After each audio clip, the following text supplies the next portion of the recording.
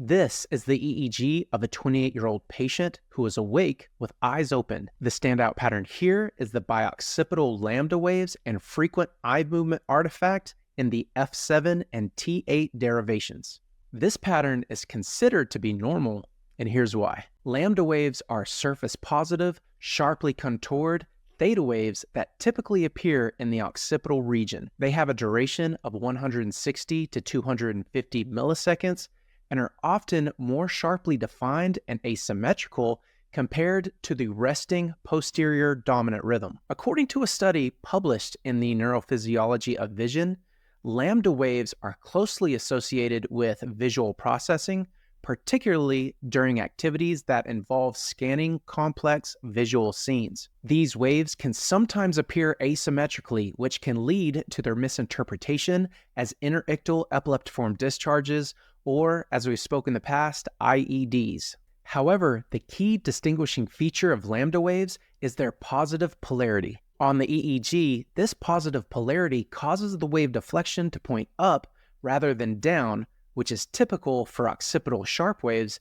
as explained in research published in the Epilepsy Research Journal.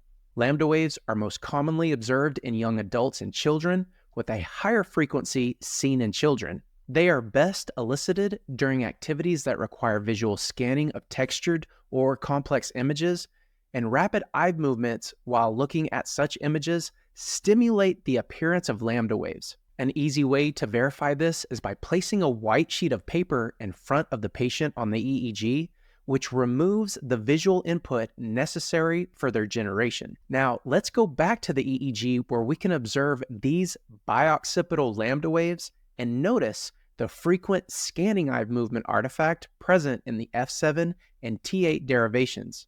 These artifacts are a clear indication of the saccadic eye movements that often accompany lambda wave generation. All right, now let's review the main points. Lambda waves are surface positive, sharply contoured theta waves, 160 to 250 milliseconds in duration, typically seen in the occipital region.